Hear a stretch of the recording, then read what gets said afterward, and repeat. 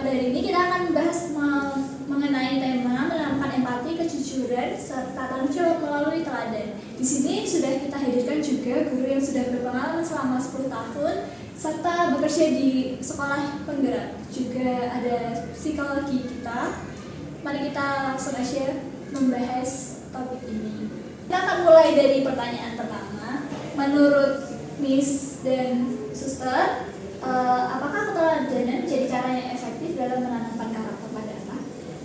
Kalau menurut saya, teladan itu sangat penting karena anak-anak itu biasanya belajar dari apa yang mereka lihat.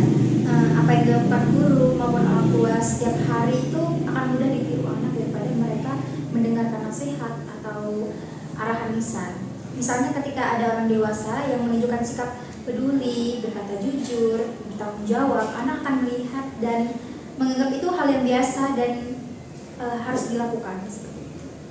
Menarik sekali ya Miss, jadi anak belajar melalui contoh nyata di sekitarnya. Kalau dilihat dari psikologi sendiri, bagaimana pendapat Anda, Suster? Ya, benar sekali ya.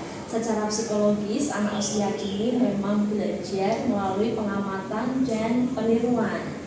Mereka menyerap perilaku dari lingkungan sekitar, melihat, mendengar, kemudian mereka tirukan sendiri.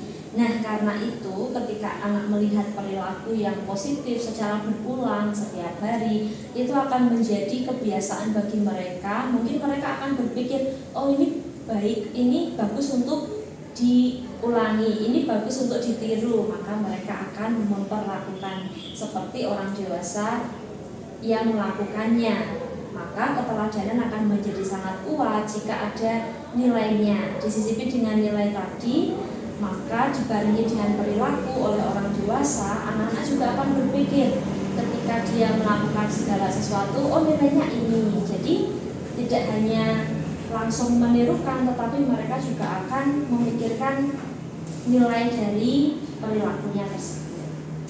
Sangat menarik sekali ya pemirsa. Kalau bicara tentang empati, bagaimana cara menanamkannya melalui teladan? Kalau empati itu bisa kita mulai dari tindakan sederhana kita sehari-hari. Misalnya kalau ada teman yang sedih, guru atau orang tua itu bikin kepedulian seperti kayak menenangkan, mendengarkan, atau juga bisa membantu. Jadi disitulah anak bisa belajar bahwa kita harus mengenali perasaan orang lain dan memahami bahwa peduli kepada sesama itu adalah hal yang penting. Iya, benar sekali. Empati memang diajarkan ketika orang itu merasa saya didengarkan dan saya dipahami, seperti kita orang dewasa ya, apalagi anak-anak. Jadi ketika anak merasa ketika dia bercerita kepada orang dewasa, apakah dirinya merasa benar-benar didengarkan, merasa benar-benar dipahami oleh orang dewasa tersebut, itulah cara latihan anak untuk mendengarkan dengan empati. Lalu kalau mengenai kejujuran dan tanggung jawab, bagaimana tanggapannya, Miss? Kalau kejujuran itu bisa ditanamkan ketika ada orang dewasa yang berani berkata jujur, bahkan saat mereka melakukan kesalahan. Jadi sedangkan tanggung jawab itu bisa dibiasakan lewat hal kecil seperti membereskan mainan setelah bermain atau menyelesaikan tugas sesederhana sampai selesai. Iya, dan yang penting adalah konsistensi. Ketika tanggung jawab dan kejujuran diajarkan oleh orang dewasa secara konsisten, berulang, anak akan menirukannya terus-menerus, maka itu akan menjadi perilaku positif dan menjadi kebiasaan yang positif bagi anak sendiri. Lalu dalam praktik sehari-hari tentu sekali ini bukan hal yang mudah ya. Menurut Anda, tantangan apa yang paling sering dihadapi orang tua atau guru saat menanamkan empati, kejujuran dan tanggung jawab melalui teladan? Kalau menurut saya tantangan terbesarnya adalah konsistensi itu tadi.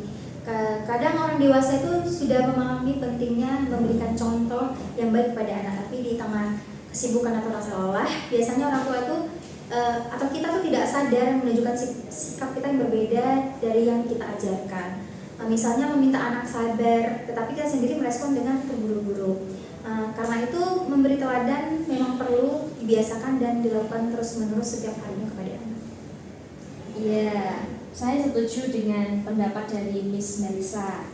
Dan memang selain konsistensi, tantangan lainnya itu yang terpenting adalah setiap anak itu memiliki cara belajarnya sendiri-sendiri.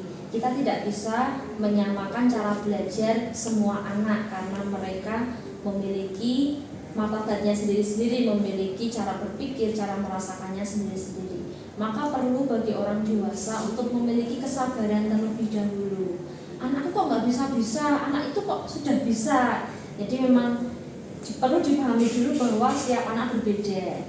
Dan mungkin anak ini memiliki rentang belajar yang cukup panjang untuk memahami sesuatu. Itu yang perlu ditanamkan kepada para orang tua dan guru tentunya, supaya orang tua tidak melihat, oh anak itu kok sudah bisa, anak kok belum, jadi minder, atau anakku sudah bisa loh, anakku kok belum, dan menjadi sombong. Seperti itu kan tidak pas. Kasihan anaknya jika kamu harus bisa gitu. Jadi tanpa pemaksaan lah, seperti itu. Jadi orang tua memang harus cukup sabar. Sangat menarik sekali untuk pembahasan kita pada hari ini. Sekarang tidak terasa kita sudah sampai ke pertanyaan terakhir, yaitu tentang kalau ada orang tua atau guru yang ingin mulai menerapkan keteladanan di rumah atau di sekolah, langkah sederhana apa yang bisa dilakukan mulai hari ini? Menurut saya itu bisa dimulai dari hal kecil. Kalau kita tahu biasanya ada kata-kata ajaib kan, seperti maaf, tolong, terima kasih, atau kita biasakan untuk menepati janji kepada anak serta menunjukkan kepedulian kita kepada orang-orang sekitar. Jadi hal-hal sesederhana itu bisa bermakna kepada anak-anak agar mereka bisa menirunya setiap hari. Iya, kalau dari saya mungkin hal yang perlu dilakukan oleh orang dewasa adalah refleksi dari dalam dulu. Ketika dia melakukan sesuatu, adanya kesadaran bahwa ada anak kecil di sekitarku. Seperti ketika kita melakukan sesuatu, ada Tuhan di sekitarku, seperti itu. Jadi dari sesi refleksi, apakah yang saya lakukan ini patut untuk dicontoh oleh anak? Seperti ketika kita melakukan sesuatu, apakah yang saya lakukan ini berkenan kepada Allah, seperti itu ya. Jadi menyadari bahwa kehadiran anak itu memang selalu mengamati perilaku kita. Jadi ketika kita melakukan sesuatu, entah baik entah buruk, itu mohon direfleksikan dulu supaya apa yang perilaku kita nanti jatuhnya jadi positif, anak juga akan meniru perilaku positif kita dan menjadi kebiasaan yang membentuk karakter positif anak. Dari diskusi kita hari ini, kita belajar bahwa empati, kejujuran, dan tanggung jawab dapat ditanamkan melalui teladan yang nyata dalam kehidupan sehari-hari. Lalu, anak belajar bukan hanya dari apa yang kita ucapkan, tetapi juga dari apa yang mereka lihat dan rasakan. Karena itu, peran orang tua dan guru sebagai teladan memiliki pengaruh besar dalam pembentukan karakter anak. Terima kasih kepada pembicara kita, Miss Melisa, dan psikolog kita atas pandangan yang sangat bermanfaat. Terima kasih, semoga diskusi ini bermanfaat untuk kita semua. Terima kasih, semoga diskusi ini memberikan manfaat, juga memberikan refleksi bagi kita semua. Dan terima kasih juga kepada semua yang telah menyimak. Sampai berjumpa di lain.